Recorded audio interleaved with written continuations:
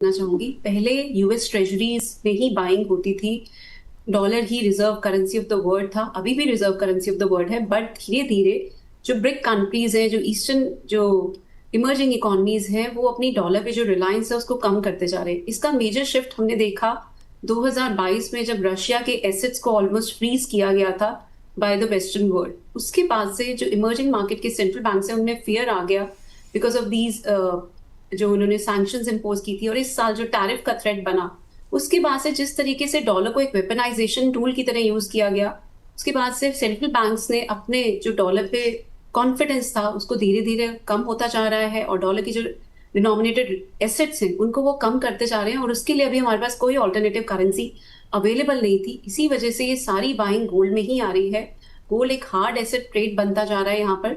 Hard assets specially gold and silver दोनों में ही काफी ज्यादा रुझान है, बट अभी सेंट्रल बैंक्स का रुझान सिल्वर में नहीं आया है। सिर्फ गोल्ड को एक स्टोर ऑफ वैल्यू कंसिडर किया जाता है as a hedge against inflation, as a hedge against economic uncertainty, और यही फैक्टर प्ले आउट कर रहा है। और इसी वजह से सेंट्रल बैंक्स फिरोशियसली बाइंग कर रहे हैं। पिछले 3 साल से उन्होंने 1000 टन से ज्यादा की बाइंग की है, जो पहले ये 500 से 600 टन हुआ करती थी। सो ये एक बहुत बड़ा शिफ्ट है सेंट्रल बैंक्स की साइड से। और हमने जो पीछे कुछ सालों में रैली आते हुए देखी, इसका बहुत बड़ा कारण है। इस साल की रैली सिर्फ सेंट्रल बैंक ड्रिवन नहीं है।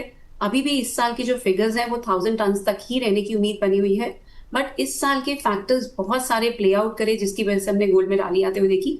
But to answer your question in short, आगे भी मेरा ऐसा मानना है कि सेंट्रल बैंक्स अपनी जो डॉलर पे जो रिजर्व्स हैं उनको कम करते रहेंगे, और अपने गोल्ड में जो रिजर्व्स हैं उसको बढ़ाते रहेंगे।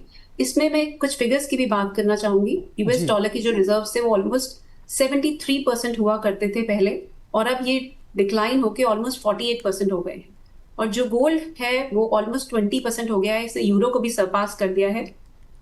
यूरो कॉन्स्टिट्यूट्स ऑलमोस्ट 16%, उसको भी सरपास कर दिया है। सो सेंट्रल बैंक के रिजर्व में नाउ गोल्ड कॉन्स्टिट्यूट्स ऑलमोस्ट 20%। सो ये शिफ्ट हम आने वाले सालों में भी आते हुए देखेंगे। इट्स अ मल्टीपोलर वर्ल्ड, और अभी जो करेंसी पे डीबेसमेंट हो रही है, पेपर करेंसी पे जो कॉन्फिडेंस लूज होता जा रहा है, यही एक कारण है जिसकी वजह से गोल्ड में बाइंग हो रही है। ये भी आने वाले सालों में कंटिन्यू रहेगी। This term is called de dollarization. This theme is likely to stay for a while now. जी बिल्कुल मैम।